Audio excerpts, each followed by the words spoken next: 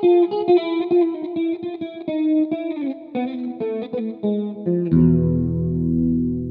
everyone. Welcome back to the podcast Byzantium and Friends. I'm Anthony, your host. I want to start today with an anecdote that's repeated fairly often, which is the story that the Byzantines introduced the fork to Western Europe via Venice.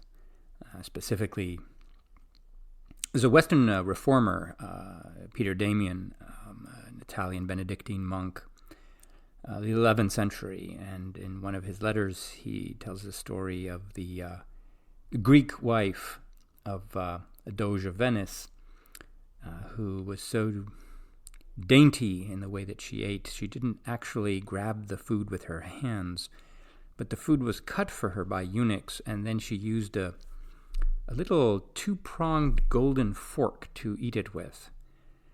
And of course, God became so angry with her for this that she was stricken with a disease that caused her to rot and waste away and start to stink until she finally died. Of course, in his mind, this is an example of Greek decadence and luxury and so forth. To modernize this story reads fairly differently, in the sense that eating with forks rather than with your hands is a sign of increased civilization, and the West should thank the East for this. Having said that, the story of the transmission of forks is much, much more complicated than that, though the woman in question has probably been identified as the sister of the Emperor Romanos III, early 11th century, who married the son of the Doge of Venice, and this story is roughly set around the year 1000. I think the fact that Damian juxtaposes foreign eating habits with the stench of her body as she became progressively more ill is deliberate. There are few things about foreign cultures that elicit as much of a visceral reaction as their eating habits. So not just the food itself and the ingredients, though definitely those too, but also just the manner in which one eats, practices and customs of the table. There are some very famous such reactions in the notorious work of Luitprand of Cremona, an Italian bishop of the 10th century who visited Constantinople on a number of occasions. And on the last of those occasions, when his diplomatic mission was quite unsuccessful and he wrote a very bitter, vitriolic account of his experiences to basically justify himself for failing, he has some pretty biting words about the kinds of foods that were served up at official dinners in the palace. And the one ingredient that really offended him was garum, so the fermented fish sauce that apparently the cooks in the Palace of Constantinople would put on everything. He describes the food as sort of drenched in oil and fish sauce, including lamb and such. But there's another passage which is less clear. There are a lot of negatives in it, so kind of double negatives, so it's not easy to know whether he appreciates what he was given.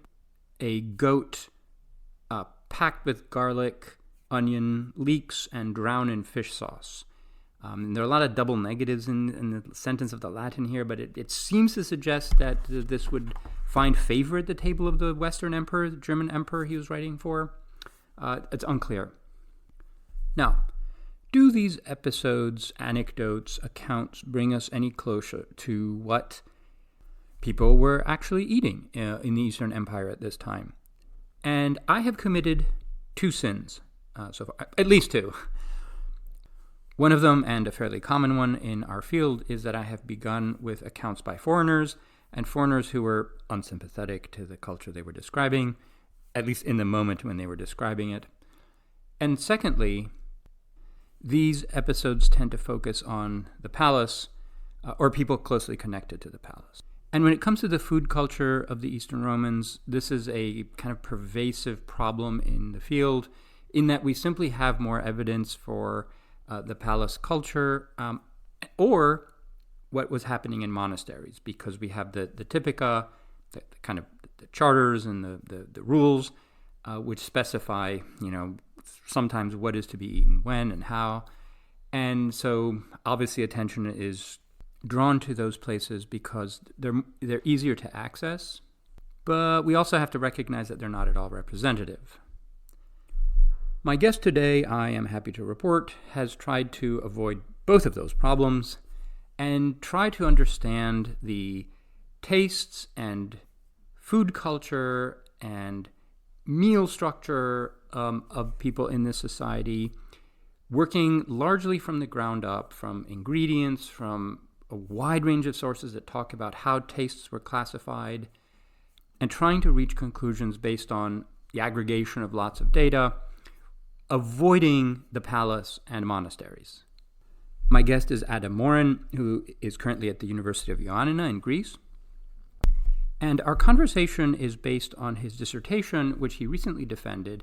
The dissertation is called Food and Food Culture in the Byzantine Empire, 7th to 15th Centuries. And I know this work because I was asked to serve as an external examiner on it, and I read it with tremendous interest. And Adam knows this material very, very well. And I was super excited to speak with him about it on a podcast. The dissertation is not publicly available. Adam is working on turning it into a book, and I hope he succeeds in that goal fairly quickly because, well, for all the reasons that you will hear. I'm very glad that this worked out. As I get older, I'm actually more and more interested in food and cooking myself. So this is really fun for me to do. So thanks to Adam, and also to medievalist.net for reposting these episodes. Let's get straight to the discussion. Adam, welcome to the podcast. Thanks for having me. So you're doing fascinating work on food, perceptions of taste, dining culture and etiquette, ingredients, all kinds of things. Now, we're talking about a civilization that lasted for a millennium, right? It starts in antiquity, it spans 3 continents, there are all of these different, cultures in it, and it goes all the way to the 15th century when obviously there's a lot of influence by Italians and Turks about, culinary culture, all kinds of other things. So where do you situate your research within that time span? Like where, when, and who are we? Right. So I study primarily the food and food culture of Middle Byzantium. So I use a rough starting date of about in the 7th century. And I look primarily at both the foods that were eaten and also cultural attitudes towards foods present in Middle Byzantium, but also really running right up till the end, till 1453. Okay. And before we get into the weeds of ingredients and dining customs and things like this, let's talk a little bit about the kinds of sources that you have, because in many areas of Byzantine life and thought, we have this phenomenon where they're kind of recycling ancient texts, right? Yeah. Ancient ideas. What kinds of sources do you have that, come close to describing what they're actually eating rather than kind of recycling of encyclopedic knowledge from antiquity? Right, and that's and that is quite an issue that is faced by people who study either food or material culture in Byzantium. I should point out that the focus of my research, sort of the headline of Byzantine food, is often from these lavish imperial banquets where they're serving, chilled fruit on golden bowls and things of that nature. But I try to look at the food that was eaten by the quote-unquote common people, the average person in Constantinople or Byzantium. The issue you point out is can be an issue faced by people who study these sort of topics. Many Byzantine authors obviously were very steeped in classical heritage and were very fond of using classical tropes or classical scenes to depict scenes that you might think were of contemporary provenance. An example of that is the history of Mercatus Coniatus, which was written in the early 13th century and covers the period from about 1118 right up to the Fourth Crusade. It contains a wonderful story about food. This is one of my favorite food stories I've come across in Byzantine literature. the Logothete, the minister, the powerful minister for the emperors John II and Manuel I, named John Apuzza. So the story goes, one day he's returning back home from the Vlachernae palace, and he's quite hungry. And as he's riding, he sees a quote-unquote female taverner selling a kind of vegetable soup by the street side. And of course, he's intrigued by this, and his attendants tell him, no, don't eat this. We got proper food for you back at home. But he ignores him, jumps off his horse, gulps down the whole bowl of soup in one go, and then he tells his attendant to pay her a bronze coin, but make sure you get exact change. So the story is meant to illustrate John's both his greed and his parsimony at the same time. And so when you first read a story like that, you think, wow, this is a fantastic depiction of 12th century Constantinople street food, right? But it turns out that Nicetas Choniatis, steeped as he was in the classical tradition, is actually modeling that scene off a scene from Aristophanes, the play Knights, which involves a similar situation in which a corrupt Athenian official is gulping down a bowl of soup. So he's using this classical trope as a way of supporting his idea of John Apuzza as being like this greedy, parsimonious fellow. But in reality, it doesn't really tell you that much about actual street food on the ground in Constantinople. So yeah, this is an issue that comes up fairly often. But there are ways around that. One of the key methods I use is the terminology for foods changed quite a bit between classical Greece and Rome and Byzantium. So one of the things I do is I track how these terms changed. And so if we see Byzantine authors using Byzantine-specific terms for food, that can be a fairly good indication that the foods that they're describing may be of more contemporary import, as opposed to just simply reusing a classical trope. I also like to use sources such as popular religious texts and saints' lives in particular. These tend not to be written using so many classical allusions, and they often depict either scenes of dining or the usage or eating of particular foods in a way that seems much more, I guess you could say, authentic to the Byzantine experience when it's being written. And also, since my research does focus more on sort of common diets and common attitudes towards foods, these particular texts can be quite illustrative in that regard. And also, it's actually quite helpful that there are a few Byzantine sources which refer to classical works, such as the Suda or the Geoponica, which they'll just come out and tell you, look, it used to be this name back in classical Greece, and we call it this today. So sometimes Byzantines will give you a bit of a hand with that. But yeah, I do a lot of textual analysis in terms of figuring out how these terms are used and if they're appropriate to the Byzantine era. Yeah, and I have to say that this is, you mentioned two things that I really appreciated about your work when I was reading your dissertation. The first is that you don't reach for the low-hanging fruit of the court and monastic diets, which, Right. all right, that's interesting, but easy. And I like that you took the harder path, which was to produce a synthetic work where you have to comb through dozens and dozens and dozens of sources, sometimes just, picking out a few things from each one. Right. And synthesizing them. And I think that's necessary work, but it's more difficult. It really is it is a detective hunt in some ways, but I really quite enjoy it. It's so rewarding to read through a dense tract of history and find just one little anecdote about artichokes, for example. It's I like the hunt. It's quite interesting. Yes, and actually, ever since I read your dissertation, I was sort of sensitized to this. And as you can say, I occasionally send you a message was like, hey, Yeah. what is he talking about here? And because there's a random reference to some food in a history. Now, do we have recipe books? All right, so for anyone who's interested in studying Byzantine food or food culture, I have some bad news for you. There are no cookbooks that survive from Byzantium. And not only that, we don't even have any reference to any cookbooks having been written in Byzantium. And it's really quite a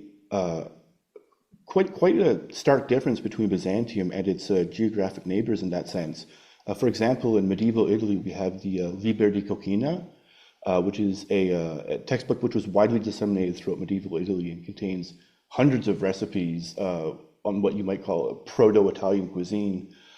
And we also have the example of the Muslim Caliphate, where cookbooks and writing on food was elevated practically to a literary genre. And we have so many good examples of cookbooks from the Caliphate. Ibn al-Warraq's Annals of the Caliph's Kitchens is a particularly good read from the 9th century. I recommend anyone interested in food history to give that a look. And we also have examples of cookbooks being written in early Roman history as well. So, for example, De Re Culinaria was attributed to Apicius, probably dates from the 1st or 2nd century AD. But so Byzantium would have been surrounded by cultures that produced cookbooks, and is also the heir to a culture that also produced cookbooks. So the question of why no cookbooks seem to have even been produced in Byzantium is interesting, and it's something that I'm actually working on right now. Oh, okay. I mean, those are negative questions, also very interesting, but Yeah, very difficult to answer. yeah. You mentioned There's a couple of theories, but they're strictly in the realm of theory at the moment. okay, well, we'll keep those for the, article. Sure. You mentioned Apicius. When I was first getting interested in history, I remember, if I remember correctly, I was in a British museum and I bought a jar that had someone had followed his recipe for lamb sauce. Okay. So this was been in the early 90s. And I still have that jar. It is unopened because it was a novelty item Okay. for me. So I don't know what it has turned into in the meantime, but I use it. I have it in Athens and I use it as a just to hold up some books. Anyway, but it because I bought that, then I went and I looked at Apicius and I saw, okay, there's an actual a recipe book here of some sort. I Yeah. don't know that you can actually follow them. Adam, Well, right. Do you cook? I do cook. There's a few dishes I make. I like to think that I make well, but I'm no chef by any stretch of the imagination. Okay.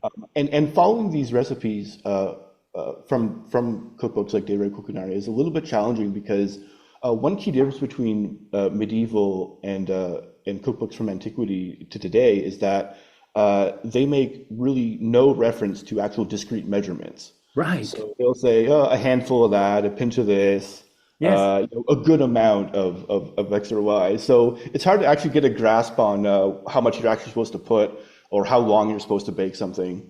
It's much exactly. more general than you'd expect today. So I started cooking 10 years ago. Before that, I couldn't cook anything. And I can make some very complicated, elaborate dishes, all of them Greek. However, I still don't think that I can cook. What I do is I mechanically follow instructions so long as they're very explicit. Right. Right? So I, find someone online who like takes you through the motion, walks you through the steps, and I just follow that. And when they say things like, salt liberally, I don't know what that means. I Yeah. will ruin it. I will ruin it. Um, so I think I'm in that category of I'm just mechanically following instructions. So it's very sensitive to these gaps in cookbooks. Mhm. Anyway, okay, that was digression. Um, so what do we know about the number and the type of meals that your subjects consume during the day? Right. So uh, Byzantium was pretty firmly a 2 meals a day culture. In most sources that I've looked at from Byzantium, there seems to be reference to 2 primary meals a day. The first one was called ariston, which seems to have been eaten either in the late morning or early afternoon. There's an anecdote from the Patria which mentions that Noon is a late time for an ariston. So think something maybe 10 or 11 a.m. And the main meal of the day was deipnon, which was eaten around sunset and before bedtime. Aristons were normally quick, impromptu affairs. Whenever we see descriptions of ariston or arista being eaten, they're normally it's a piece of bread and some onions, or some bread and some garlic greens, bread and cheese, basically bread plus a little bit something else. Something to be eaten on the go, more or less to tide you over until deipnon. Whereas descriptions of deipnon tend to be much more elaborate, cooked affairs, a wide variety of soups and stews, salted meat dishes, even salads. So yeah, Byzantium seems to have been a 2 meals a day culture. We do also have some scattered references to a kind of breakfast, either called a yevma or pro-yevma. But it seems like the practice of eating breakfast was not particularly widespread. And funnily enough, in the sources that we do have that mention breakfast, many of them tend to be condemnatory towards the practice. So, for example, in the Saint's Life of Saint Basil the Younger, the author describes an imagined journey through the gates of hell. And at one of the stops, at the toll house of gluttony, he confesses that he ate 3 meals a day instead of 2, and is contrite for his gluttony. So it seems like sometimes a breakfast might have been eaten, but primarily there were 2 meals a day, ariston and deipnon. Interesting. Yeah, I always have this suspicion that, people might have been eating more or more often than than their more explicit system of meal names and structures might suggest. Right. By, something that we would call sort of snacking. And I sort of became very sensitized to this by my Spanish in-laws. So in Spain, they would have this enormous lunch that usually you spend some time preparing, and they usually eat it at 2 or 3 p.m., which is kind of crazy, which is an early dinner for me. But you also have to realize that the whole country of Spain is on the wrong time zone. No, deliberately. Oh, really? Yeah, Franco wanted to be on the same time zone as Hitler. Oh, and they stayed there. Yeah. So in reality, it's always an hour and a half earlier than what the clocks say it is. So when they're eating at 3, okay, I get it, it's 1:30. Really? Okay. And they kept telling me, oh, we don't really eat dinner. We just snack a little bit. Well, these snacks, I mean, they pull out the salami and the cheeses and the fruits, and they're just sitting there talking and cutting and eating and cutting and like just very casually. But man, that's a lot of food. Anyway. Well, speaking of Spain, I should point out that Byzantium was certainly a siesta culture. Lunches, especially among the upper classes, were expected to be boozy affairs, and you take a well-deserved nap afterwards. We have a wonderful excerpt from the Strategicon from Kakamenos, where he writes that you shouldn't give any favors after lunch because people will assume that you were drunk when you made them. Right. Yes, actually, this reminds me very oddly of a study of Israeli judges. This is an odd thing. And okay, so what did they study? The degree of leniency that judges were showing in their sentencing varied according to proximity to meals. Interesting. So the hungrier they got, the stricter they got, and then after the meal, I think they kind of mellowed out a little bit. Right. So 11 a.m. would be the worst time to have a court date. I think so, if I'm remembering the study correctly. So if you were a lawyer and you knew how the system worked, you wanted to put your client like right after the meal. Interesting. If I remember correctly. Anyway. Smart. Okay. So what do we know about table manners or decorum? And this is another very interesting topic, eating implements. There's probably a lot to say about this, but just kind of orient us here a little bit about what it looked like. Well, so speaking of, I'll start with table manners. Again, as with cookbooks, we have no manual of table manners which survived from Byzantium. And again, this is quite different from, for example, the Caliphate, where we had many such manuals in circulation, which actually make for quite humorous reading. So we have a fairly incomplete view of table etiquette, and what little I have found is had to be cobbled together from small references to from a variety of different sources. But there's a couple basic takeaways that we can discern. Posture seems to have been an important part of table etiquette, and it's interesting because it's quite well known that certainly during imperial banquets, it was the custom for emperors and high officials to recline on couches. But it seems as though for households below that imperial threshold, doing so was viewed as a pretentious affectation. We have a couple examples from sources where hosts present themselves in that way, and they're kind of criticized for being a little bit too haughty. It's like, just sit up straight, like, who do you think you are?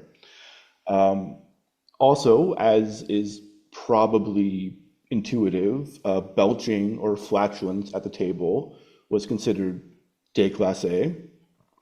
We have a wonderful episode from a history which deals with Michael III, which deals with this issue. Now, most histories written on this particular emperor are very heavily biased against him, coming from the Macedonian dynasty, probably trying to justify, the murder of Michael III from Basil. But one of the anecdotes that they mention is that one time one of Michael's cronies was dining at the table, and he let out a fart, which was big enough to blow out a candle, for which Michael awarded him with titles and money. So the story itself may well be spurious, but seeing as how they're so concerned with depicting him doing things that are unbecoming of his royal position, we can have a pretty clear indication that, in fact, belching and flatulence at the table was not particularly welcomed. We also have a little bit of information about serving at tables. It seems that sometimes dishes were served communally in pots or bowls, and it was acceptable to pluck the food out with your bare hand, but it had to be the thumb and first two fingers. To grasp at the food with your entire hand seems to have been, again, somewhat rude. And we have one or two references to hand washing at the table. Again, these are the sort of anecdotes that have to be dug for pretty deep. We have a sermon from John Chrysostom, for example, which admittedly does fall a little bit before my 7th century, more or less start date of research. But he's talking about the importance of frequent communion. And so he uses, by comparison, the example of, suppose you were invited to a feast and you were to wash your hands, sit down, and be ready at the table, and then refuse to partake. Wouldn't that be insulting the person who invited him? And even though this is a commentary on the value of communion, the fact that he's pointing out washing hands as part of the sort of essential procedure for being invited to a banquet does indicate that some degree of hand washing or cleanliness was appreciated at Byzantine tables. We also have regards cutlery or table implements. Byzantines used a wide variety of tableware, really not too far different from our own. They had a whole variety of serving plates in different sizes. They had specialized olive oil pourers. They had wine jugs and also smaller wine jugs that were used to be served at tables. A whole variety of cups, plates. Now, as regards cutlery, it seems as though spoons and knives were predominantly used as cutlery. I have found very little reference to forks in the Byzantine survey material. And it's kind of interesting because we have this sort of legend of the fork being introduced to Western Europe by, I think it was Theophano, who was married to Otto II, the German emperor. But in reality, I found very little reference to forks, at least as an implement used in common dining.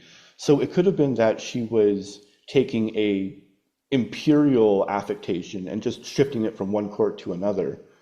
For example, we have a few monastica typica or charters, which lay out specifically the tableware and the cutlery that are to be used at meals.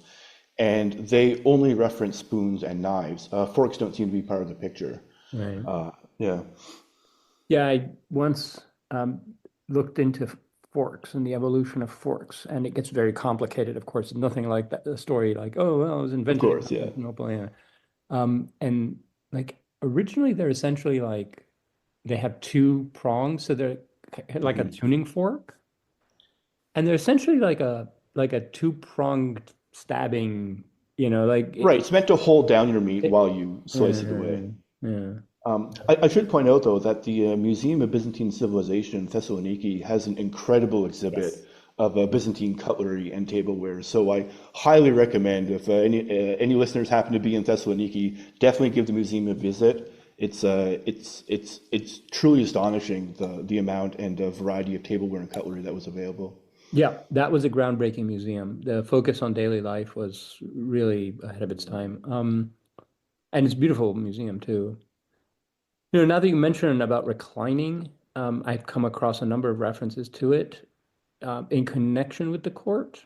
Hmm. There's one provincial governor who I know, used this is the old Roman style of Right. the triclinium, but Psellos has a sort of satirical piece on how the secretaries of the court had some kind of professional dinner and they were forced to recline, but they were packed in so tightly on the couch that he said we were being squeezed so much that the food was just, you were putting it in and it was just being squeezed right out of us the other end. Right, right. And you can't imagine that lying down is a particularly good posture for eating in general. No, It must be very no. uncomfortable, very, very unwieldy. Um, I've experimented because apparently they did this in antiquity, but I don't understand how that was comfortable. I assume my arm starts to get numb after a while because I'm leaning. right, right. Yeah. Anyway, okay. Yeah, three cheers for the table and the chair. Um, That's right. all right. So this is a big topic, and I know that you have a lot to say about this, and we won't be able to cover it all. But one of the interesting and important parts of your research has to do with the classification of tastes. Right. So how do various kinds of ingredients or chemical substances or whatever how are they described and classified as tastes in this sort of cultural system? Yeah, can you give us give a general overview of how their system differed from ours? Sure, sure. So modern gastronomy tends to use the concept of the five basic flavors as a way of classifying tastes. And those are, of course, sweet, salty, sour, bitter, and umami. And even umami was a fairly recent addition to this roster of flavors. But under Byzantine forms of classification, they actually had a much more complex understanding of taste. They used at least 8 and as many as 11 different categories as ways of explaining the flavors they encounter in their foods. Some of them do correspond with our modern categories. So, for example, glykeia, sweetness, and for which honey is sort of the exemplar of that. Makes sense. Same for halikos, salty, which again, salt is the exemplar for that. Pikros, which seems to translate as bitter. And again, they would use examples like wormwood, also asparagus, or like unripe quince fruit as as sort of an example of that flavor. And of course, oxys, sour, which again, they would use vinegar as a perfect example of that. But then we start getting into a few categories which don't have as many similarities to the sort of flavors that we described today. One flavor that you see referenced a lot is vrimeia, which means something like pungent or sharp. And in trying to figure out what exactly vrimeia refers to, one of the things I look at is any instances in Byzantine texts where a flavor modifier is attached to a particular food. So I find vrimea being used in references to, for example, pepper, onions, garlic, leeks, mustard, radish, but also some foods like cinnamon or cloves even. So it seems like vrimea as a flavor is sort of describing that pungent flavor associated with foods that have sulfur compounds in them, like onions, garlic, leeks, things like that. But also foods that seem to have like a little extra punch, like freshly ground cinnamon.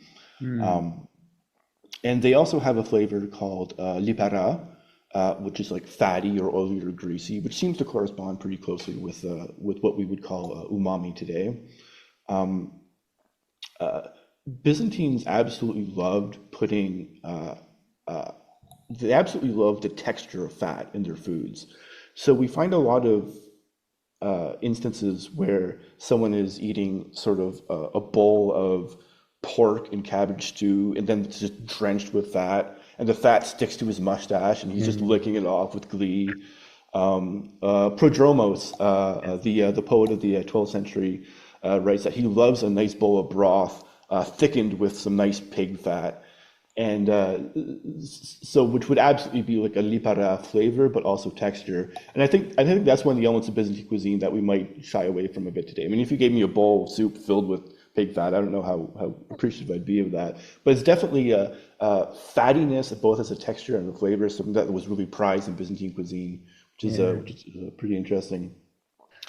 I've come They across also, the references to dripping fat. And mhm. for a while, I like didn't know what to make of him. Is this like meant to be enticing or whatever? But yes, Yeah, yeah, no, no, yes, it seems absolutely. that And it's not just prodromos as well. We have quite a few references to soups or stews that are just dripping with fat or quote unquote enriched with fat, which is seen in a very positive manner, not something disgusting or Mm. unpleasant as we might consider. Um, uh, but regarding flavors, there's also an interesting pair of flavors called astiron and strychnon, which they both seem to be referring to astringency, but they're used in different contexts. So austiron seems to be used almost exclusively to describe astringency or dryness in the context of a wine. And Byzantines were wine connoisseurs Mhm. to the extreme. They investigated and judged every aspect of its wine, its age, its provenance, its color, its body. These were sommeliers, no doubt. Um, uh, but yeah, and so the other term, asrifnon, also seems to be referring to astringency, but specifically for food. So like it's applied to describe like wild pears or unripe apples or the medlar fruit as well. So it's interesting. It's like describing the same sort of flavor, but applied to different food contexts. And the last flavor I'll mention is probably the most hilarious flavor I've come upon. It's "Ideme achusa estis in eusis iepsis," which more or less translates to the flavor without flavor or flavorless. And some exemplars that are defined like this are water or egg whites. So I think today we might see flavor as a positive attribute, and so if something like water lacks flavor, then it just doesn't have a flavor at all. But for Byzantines, in their very granular categorization of taste and flavor, they would see lack of flavor as actually being a discrete flavor quality in and of itself, which I laughed pretty hard when I first read that. Right. So basically, what your modern 7-year-olds will exclusively eat. Yeah, Right. more or less. Yeah. Yes. Yeah. White chicken, pasta, Hmm. this kind of Yeah. thing. Now, am I wrong in thinking that even even modern our sort of taste classifications are variable by culture or country, right? I mean, I keep Certainly. hearing that like American food is a little bit off the charts when it comes to things, especially like sugar, Right. also to some degree salt, such that many people around the world can't, like at first, Hmm. understand why anybody would be eating something like this, right? Right. But they just find it overwhelming in sugar content and salt. Um, how was it? Wasn't like, didn't they like a court in Ireland recently find that the bread of Subway, the chain, Yes, it's technically cake, it's technically cake or because of the legally sugar content. cake. Yeah. It's not real, it's not actually bread. Anyway, um, because any medieval food, right, will not be processed and it will not be enriched. That's just, I Right. mean, not much, right? Mhm. Any one of us, upon eating a medieval dish, which I'm not even sure that we can even make anymore because our ingredients are all different, True. would Yeah. would not be able to easily classify it, at least not after spending quite a bit of time eating only that kind of food to become sort of acclimatized to it. Am I way Certainly. off here? I mean, Uh, uh, I don't think so. Although certainly American food today is certainly dials up the sweetness and the saltiness to 11, as you might yeah. say. But this phenomenon that is often mentioned in snacking, where you'll go from sweet to salty to sweet to salty again, this is actually something that was also identified as an issue in Byzantium. There's a typicon of a monastery, Chersonetes, from the early 15th century,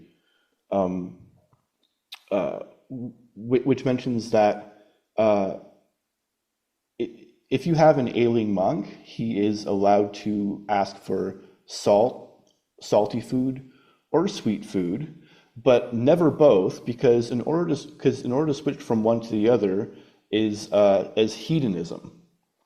So they did seem to recognize the dangers of going with overly sweet and overly salty food, but you had to pick one or the other if you were in a monastery. You couldn't engage in both because then it's hedonism. You couldn't like put honey on a very salty cheese?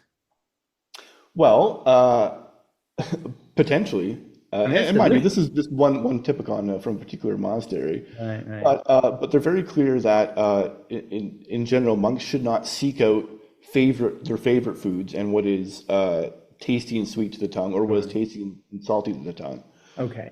So you normally have to like, keep yourself in one flavor lane, so to speak. Interesting. Okay. Got it. So are there specific foods that have a negative or a positive cultural connotation? Yes, absolutely. Uh, Probably one of the most prominent of such foods is barley bread, which seems to evoke a sense of disgust both to the palate and to the Byzantine sense of self when eating it. Byzantines, much the inverse of today, viewed what we might call like white bread, very fine processed bread, as not just delicious, but also at the height of nutrition as well, and viewed coarser barley and bran breads as being both a marker of poverty and as being just objectively not delicious. And it's funny, we have this wonderful anecdote from a letter of Ignatius the Deacon in the dating from the ninth century. And he's talking about how he adjudicated a dispute between some sailors and the government. And apparently what happened was the sailors were on the grain fleet bringing grain to Constantinople, and on the way their own food ran out, so they borrowed a little bit of the imperial wheat in order to make themselves bread, and then replaced the difference with barley. Of course, this was found out and they were heavily punished for it. But what I find interesting is that they would rather, instead of making bread from their own barley supplies, they would rather take the wheat from the imperial supplies and risk punishment for that, Mm. rather than just making barley bread for themselves. Um, Another place where you see barley bread mentioned quite frequently is in, for example, saints' lives. So this is another benefit in saints' lives, in that many of the ascetic saints, they go into detail about their diet or their lack thereof, and many many of the ascetic saints specifically eat barley bread as a form of penance and asceticism, deliberately eschewing the afraton, the nice white fluffy bread, and it's often quite prominently mentioned as a marker of their abstinence. There's a story from the life of Saint Simeon the New Theologian that even when he was a child, he refused to eat the bread that was provided for him by his family. Instead, told his servant to sell it in the marketplace and come back with 1 bronze coin worth of barley bread. So it really seems as though barley bread was something that was frowned upon and viewed as sort of the preserve of the poor or the lower class. Something that any respectable Constantinopolitan would not be seen eating. Yeah. Any foods that were prized? Yes, absolutely. Vlach cheese seems to have been an example of a particularly prized food. And this was cheese that was produced by the Vlach people who lived in the southern Balkans, starting in about the late 10th, early 11th centuries. These were seasonal herders who mostly raised sheep. And apparently the cheese that they produced was prized and very expensive in the capital, Constantinople. We have this wonderful letter written by Michael Italicos from the 12th century to Prodromos, and apparently they've been debating between themselves what their favorite food was. For Michael Italicos, his favorite food is cheese, and for Prodromos, his favorite food is bacon, or lardon, which can refer to a variety of salted pork meats. And so Italicos says, okay, well, if you say that bacon is the best food, then you're also, by definition, saying that Vlach cheese must be second best. And clearly that's ridiculous from his point of view. So certainly Vlach cheese was an example of a sort of prized food. But we don't know anything about what kind of cheese this was. So this is something that I'm also working on at the moment, trying to figure out what exactly Vlach cheese might have been. It must have been some form of aged sheep's milk cheese, because it seems as though the Vlachs sold the cheese when they moved down to the lowlands in the winter. And normally the prime milking time for sheep is in the spring. So it must have been some form of firm, well-preserved, aged sheep's milk cheese, maybe something like a keflotiri today in Greece. And in fact, the Vlach people still live in Epirus, and they still make cheese to this day. The village of Metsovo in northern Greece is renowned for its as a center of cheese production. So they're still making wonderful cheese today. So yeah, the question of, well, what exactly was Vlach cheese is something that I'm kind of working on at the moment. Okay. But it definitely seems to be some sort of firm sheep's milk cheese. So in your research, did you come across individual authors who had, particular or idiosyncratic tastes in food that may have kind of distorted their presentation of the food culture as a whole, maybe their own preferences? Like, you got to be careful not to be, not to take their preferences for granted as those of the culture. Certainly. Of course, one of the issues facing research on a topic like this is that I have to work with the anecdotes that I'm given, more or less. So there are lots of examples of personal taste preferences expressed in Byzantine texts, but it's sometimes difficult to take a larger view and say that, well, this represents the taste of a culture as a whole. But no, we have plenty of wonderful examples of people expressing pleasure or displeasure for particular foods. We talked about Michael Psellos before. Well, he writes a series of letters to the patriarch Michael Kyrillarios in the 1050s, where he was given a gift of a potamios his fish, which translates literally to river pig. And he is just in absolute rapturous ecstasy over this gift. He writes three letters to Kyrillarios, just praising him and praising the fish. and he calls it the most delectable fish that he's ever eaten and that could be ever eaten. And not only does he enjoy the fish, he actually makes it the focal point to a whole ritual of pleasure. So first he goes to the baths and he pours himself a bath and pours some rose petals on it. And while he's in the rose petal bath, he's thinking about the fish that is to come and pondering how to prepare it. And then when he returns home, still thinking about the fish, he tells his cook to prepare it simply. And he's going to enjoy just the fish as opposed to his normal courses of all these different cuttlefish and crustaceans and squid and octopus and sea fish. No, he's just going to eat just this fish prepared simply. And he goes over 3 letters just describing his absolute delight at eating this potamios his. Clearly he was partial to this particular fish. And I have this vague impression that they sent fish to each other as gifts. Types, right? So, and I mean, and you'd have to imagine that this must be a pretty rapid courier service for the fish to get there on time. But this is a very common occurrence in collections of letters where people are praising each other's gifts of various varieties of fish, fresh, sometimes salted. Michael Atakos praised the gift of some small sweet fish from the Nile River, which must have been preserved in some manner or other. Fish as gifts was a very common occurrence. Accompanied by a letter. Accompanied by a letter, yes. Yeah, this is the strangest thing. It's like there's a letter and it says, I hope you got the fish that I sent, right? Yeah. And this is written in like indecipherable Attic Greek prose, right? You probably have to take your time while you're, I don't know, eating the fish to understand the letter. Yeah.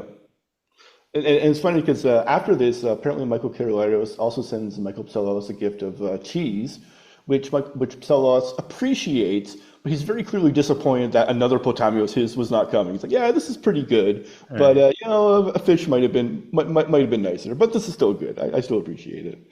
All right. Adam, we're almost out of time, but I wanted to close with something spectacular.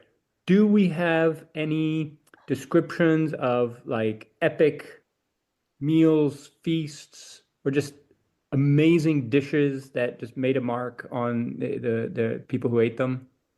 Yes, we do.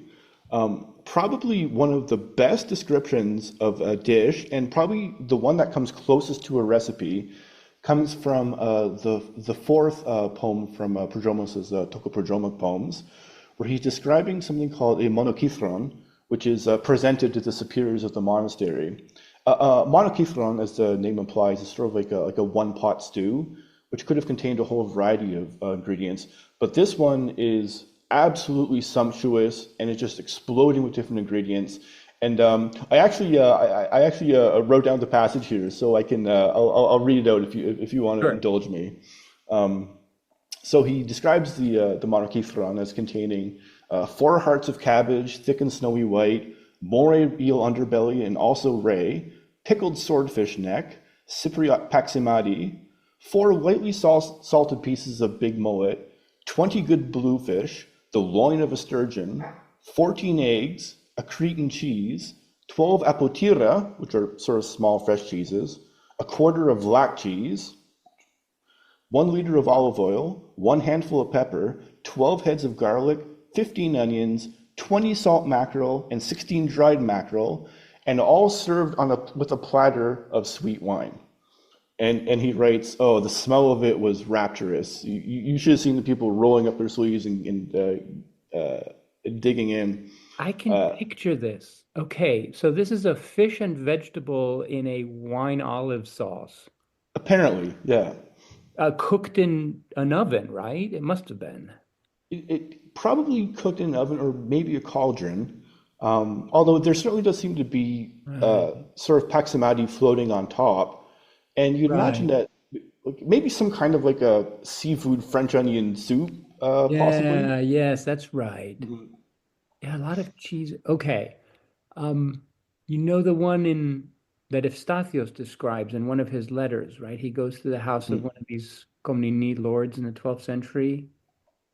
And he wrote this whole letter afterwards describing the dish. I think as kind of the Chrysothema. I don't remember that. It was a chicken and dough dish. Yes, that's right. Yeah. Yeah. Yeah, that's another example of a dish that we have that is close to a recipe. Yeah. And he describes a dish that was cooked. It seems to be like a piece of chicken that was surrounded by dough and then baked or fried to like golden perfection. And he says the smell of it puts soup to shame. Uh, All right. Adam, any final thoughts? um, I guess I'd just like to say that uh, studying the food and food culture of Byzantium is absolutely fascinating, and there aren't a lot of scholars working on it right now. And it definitely seems like a kind of a niche topic, but in fact, food and food culture can reveal so much about a place's society, culture, values, religion, everyday life, medicine, even. So for any of you out there who have a budding interest in Byzantium and think food is a fun way to go, there's so much more to explore on the topic. So I definitely encourage people to get into the exciting subfield of Byzantine food and food culture. I'm very pleased that you're doing this, and I look forward to, your work being fully cooked and, Fully cooked. and yes, and coming Yeah. out of the oven. Adam, thank you so much for coming on. Thank you so much for having me. Take care.